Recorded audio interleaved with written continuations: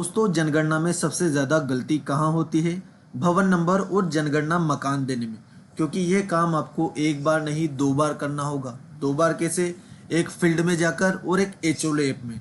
और अगर यहाँ गलती हो गई तो पूरा का पूरा डेटा आपका गलत हो सकता है। लेकिन इस वीडियो के बाद आप नंबरिंग बिना किसी कंफ्यूजन के सही तरीके से दे पाएंगे। तो दोस्तों, यदि आप प्रगणक हैं तो ये वीडियो आपके सारे कंफ्यूजन दूर कर देगी। आज की वीडियो में मैं आपको स्टेप बाय स्टेप समझाने वाला हूं कि भवन नंबर और जनगणना मकान नंबर सही तरीके से कैसे देना है। आप सीखेंगे कि फील्ड में कैसे नंबरिंग देनी है और एचएलओ ऐप में उसी नंबर को सही तरीके से कैसे दर्ज करना है, ताकि दोनों में कोई मिसमैच ना हो और आपका पूरा सर्वे एक्यूरेट और बिना एरर के कंप्लीट हो जाए। क्योंकि अगर ये प्रोसेस आपने सही तरीके से सीख लिया तो जनगणना 2027 का काम आपके लिए बहुत आसान हो जाएगा। तो वीडियो को शुरू करने से पहले दोस्तों, चैनल पर आप नए हैं तो पहले चैनल को सब्सक्राइब कर लीजिए, बेल आइकन को प्रेस कर लीजिए ताकि इस प्रकार के लेटेस्ट अपडेट सीधे आपके मोबाइल तक पहुंच सके। वीडियो को स्टार्ट करते हैं। तो दोस्तों, सबसे पहले मैं आप लोगों को ये बता देता हूँ कि आपको भवन नंबर कैसे देना है। तो पहले हम लोग चलते हैं फील्ड के अंदर और फील्ड में देखते हैं कि आपको किस प्रकार से नंबर देने हैं। कि दोस्तों, एचएलओ ऐप में जब आप लॉगिन करेंगे तो पहला ही काम जो आपको करना होगा, as per DLF number of census houses यानी कि भवनों की संख्या और नंबर ऑफ बिल्डिंग्स यानी कि मकानों की संख्या। तो भवन संख्या और जनगणना मकान संख्या आपको दर्ज करनी होगी। उसके लिए पहले आपको फील्ड में जाना होगा, मकानों को और भवनों को नंबर देने होंगे। वो कैसे देने हैं वो मैं आपको बताता हूँ। जब आप फील्ड में जाएंगे तो इस प्रकार से मकान आपको नजर आएंगे। अब आपको पहले डिसाइड करना है कि पहला मकान नंबर आपको किसको देना है। उस मकान नंबर पर आपको पहुंच जाना है और उसके ऊपर आपको लिखना होगा। मकान के ऊपर या तो आप इस प्रकार से लिख सकते हैं CN1। एक तरीका तो ये हो गया आपके लिखने का। दूसरा, आप उस पर बॉक्स बनाकर इस प्रकार से 1 लिख सकते हैं। एक तरीका ये हो गया। या फिर तीसरा तरीका दोस्तों आपका ये हो सकता है, जनगणना भवन नंबर 1। इस प्रकार से आपको भवन के ऊपर दर्ज करना होगा, मकान के ऊपर दर्ज करना होगा। सभी मकानों के ऊपर जो भी दिए गए हैं उनके ऊपर इस प्रकार से आपको दर्ज कर देना है। जनगणना भवन नंबर या फिर CN1 लिख सकते हैं या बॉक्स बनाकर 1 आप लिख सकते हैं। इस प्रकार से आपको दर्ज करना होगा। इन तीनों में से जो तरीका आपको सूटेबल लगता है वो तरीका आप अपना सकते हैं। वैसे बेस्ट आपके लिए CN1 रहेगा। CN1 आप लिख सकते हैं। अब देखिए दोस्तों, फील्ड में आपको जाना होगा। जब आप नजरी नक्शा बनाएंगे तब आप जा सकते हैं, या अलग से भवन नंबर डालने आप जा सकते हैं। जैसे पहले मकान में आप जाते हैं इस वाले में, तो अब यहाँ पर आपको CN1 भवन नंबर आपको दर्ज करना होगा। वैसे CN1 हमने दर्ज कर दिया है। अब इस भवन में जनगणना मकान कितने हैं? तो सिंपल, एक गेट है, एक खिड़की है, एक ही परिवार इसमें रहता है। तो कोष्ठक में आपको इसके आगे 1 लिख देना है। इस प्रकार से CN1 भवन नंबर और नीचे कोष्ठक लगाकर 1 आप लिख देंगे तो ये आपका मकान नंबर हो गया। तो भवन नंबर CN और मकान नंबर कोष्ठक में आपको इस प्रकार से लिख देना है। अब इसके बाद चलते हैं दोस्तों हम दूसरे मकान पर। देखिए दोस्तों, इस मकान में 2 दरवाजे आपको नजर आ रहे हैं, लेकिन इसमें फैमिली एक ही रहती है। आपके सामने भी ये स्थिति आ सकती है। तो सबसे पहले हम इसको भवन नंबर अलॉट करेंगे तो CN2। इस प्रकार से भवन नंबर 2 हम इसको अलॉट कर देंगे, लेकिन एक ही परिवार इसमें रहता है। तो यहाँ पर कोष्ठक में हम 1 लिख देंगे कि एक ही फैमिली इसमें निवास करती है। तो यहाँ पर जनगणना मकान हमारा 1 हो जाएगा। भवन नंबर 2 हमने इसको अलॉट कर दिया है। इसके बाद हम चलते हैं दोस्तों तीसरे मकान में। ये फोटो जो आपको डिस्प्ले पर शो हो रहे हैं, इस प्रकार के मकान आपको दोस्तों फील्ड में शो होंगे, इसलिए फोटोज मैंने आपके उदाहरण के लिए दिखाए हैं। देखिए दोस्तों, अब चलते हैं हम मकान नंबर 3 पर। तो देखिए दोस्तों, इस प्रकार का मकान आपके सामने हो सकता है जिसमें 2 दरवाजे हो, एक ही भवन हो, लेकिन उसमें 2 फैमिली निवास करती हो। तो अब उसको भवन नंबर आप कैसे देंगे? तो 2 तक तो हम अलॉट कर चुके हैं, तो इसको हम अलॉट करेंगे CN3 यानी कि भवन नंबर 3। अब इसमें 2 परिवार निवास करते हैं, अलग अलग वो खाना बनाते हैं, दोनों ही परिवार अलग है। तो अब इसमें जनगणना मकान हमारे 2 हो जाएंगे। 2 दरवाजे हैं, 2 मकान रहते हैं, तो जनगणना मकान आपको यहाँ पर 2 दर्ज करना है। इस प्रकार से आपको उस मकान के ऊपर लिखना होगा। इससे पहले जो मकान था वो भी सेम ऐसा ही था, 2 ही उसमें दरवाजे थे, लेकिन उसमें एक ही परिवार निवास करता था, इसलिए जनगणना मकान भी 1 था। और इस मकान में 2 परिवार निवास करते हैं तो जनगणना मकान हमारा 2 हो जाएगा। इस प्रकार से हमें दर्ज कर देना है। अब इसके बाद हम अगले मकान पर आते हैं। तो यहाँ पर हमें एक कच्चा मकान मिलता है, क्योंकि गांव में आप सर्वे करेंगे तो कच्चा मकान भी आपको मिलेगा। तो इस पर भी आपको CN4 लिख देना है। इसको एक भवन संख्या अलॉट करनी है और एक ही परिवार इसमें रहता है, तो जनगणना मकान 1 आपको कर देना है। इसके बाद अब अगले मकान पर चलते हैं। अब देखिए दोस्तों, उसके बाद जो भवन आता है वो है एक मंदिर। तो मंदिर को भी हमें यहाँ पर भवन नंबर अलॉट करना पड़ेगा। तो CN5 हम इस मंदिर को अलॉट करते हैं, क्योंकि ये एक जनगणना मकान भी है तो इसको जनगणना मकान भी हमें लिखना होगा। तो इस प्रकार से CN5 लिख के कोष्टक में 1 आपको लिख देना है, और मंदिर को भी आपको भवन नंबर और जनगणना मकान नंबर आपको अलॉट करने होंगे। अब आपके मन में सवाल आ रहा होगा दोस्तों कि मंदिर का सर्वे किस प्रकार करेंगे। तो जब 34 सवाल आपसे पूछे जाएंगे, उसमें 7वें नंबर के सवाल में आपको मंदिर सेलेक्ट कर लेना है। उसके बाद आपके सवाल आना बंद हो जाएंगे और वो वहीं से पूरा हो जाएगा। तो ये वाली क्वेरी भी आपकी क्लियर यहाँ पर हो जाएगी।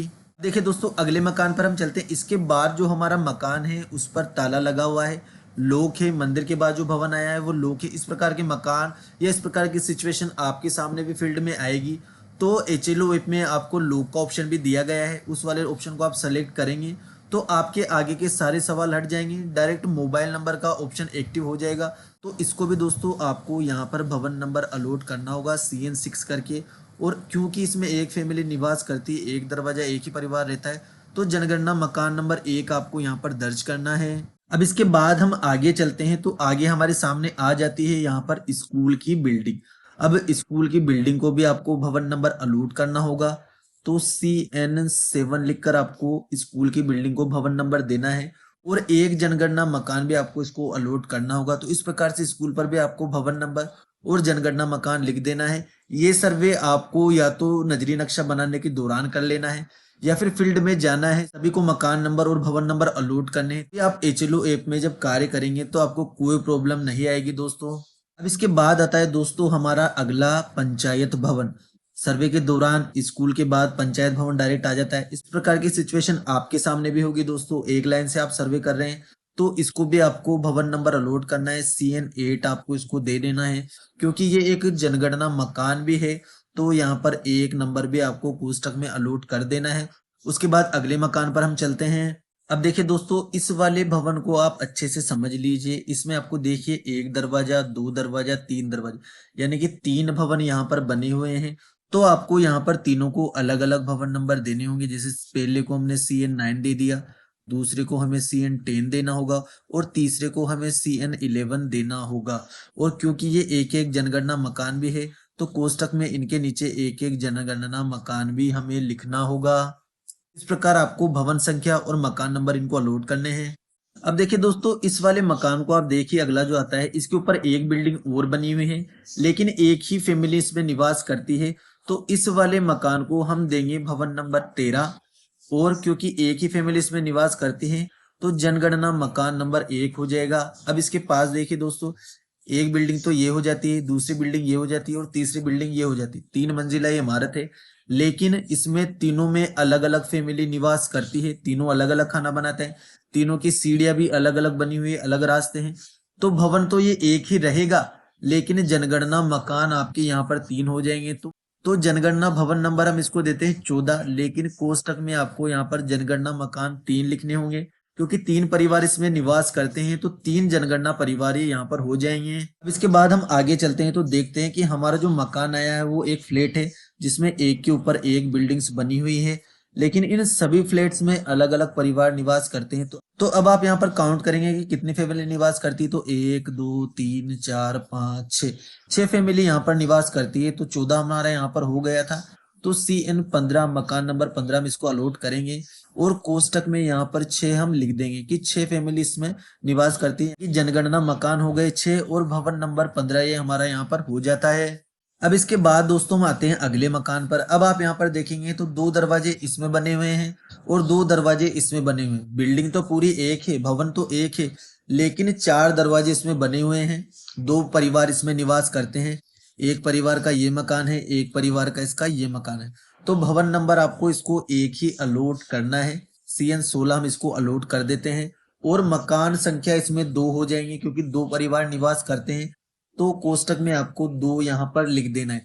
तो CN16 लिखकर 2 कोष्टक में लिख देना है। चाहे इसके 4 दरवाजे हैं, लेकिन 2 ही परिवार इसमें निवास करते हैं, तो जनगणना मकान नंबर 2 यहाँ पर आएगा।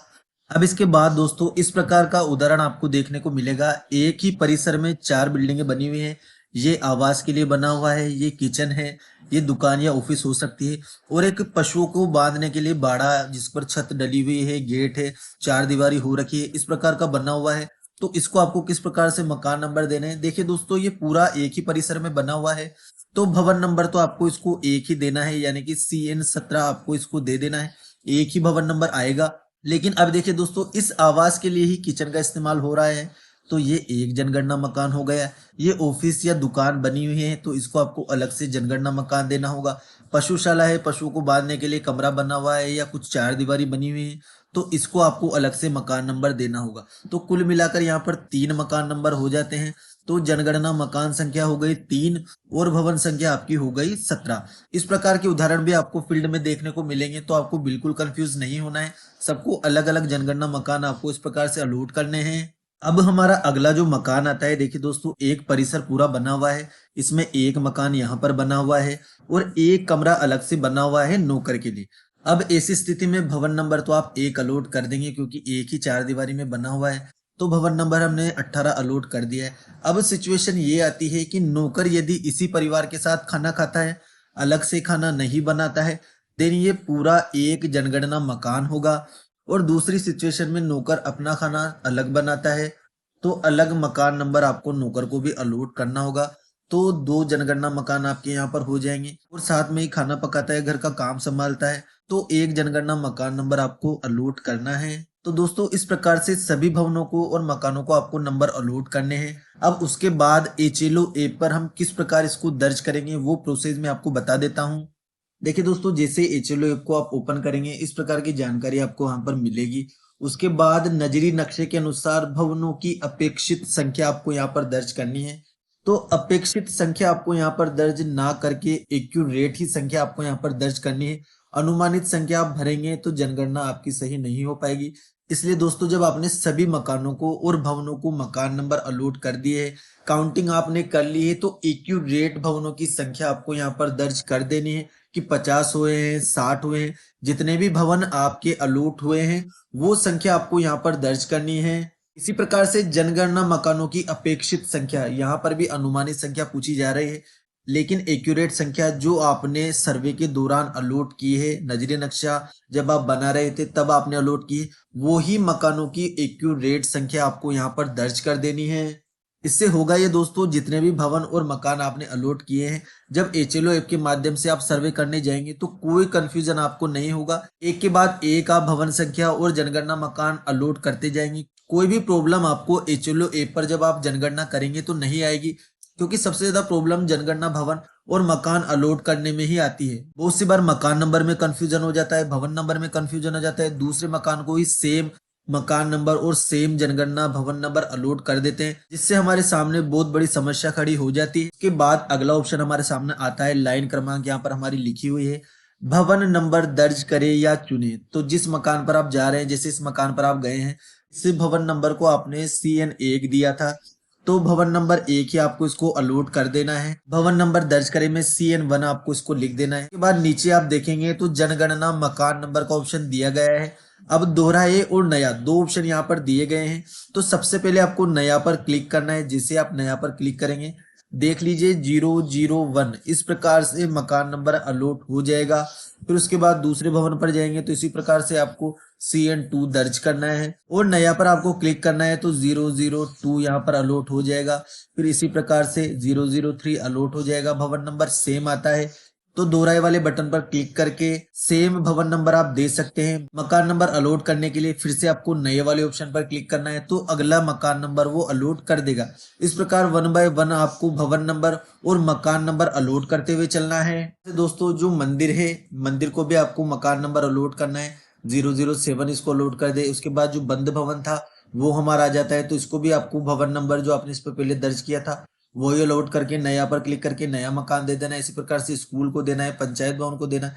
सभी को 1 बाय 1 आपको मकान नंबर और भवन नंबर अलॉट करते चलना है, क्योंकि आपने ऑफलाइन सर्वे पहले कर लिया है, ऑफलाइन आपने दे दिए हैं, तो वही नंबर आपको ऑनलाइन भी HLO ऐप में दे देने हैं। कोई कंफ्यूजन आपका यहाँ पर नहीं होगा और पूरा जनगणना का कार्य आपका 100% एक्यूरेंसी के साथ और सही होगा। तो दोस्तों, ये जानकारी थी कि जनगणना मकान और भवन किस प्रकार आपको HLO ऐप पर और ऑफलाइन अलॉट करने हैं। वीडियो अगर आपको यूजफुल लगा हो तो वीडियो को लाइक कर दे।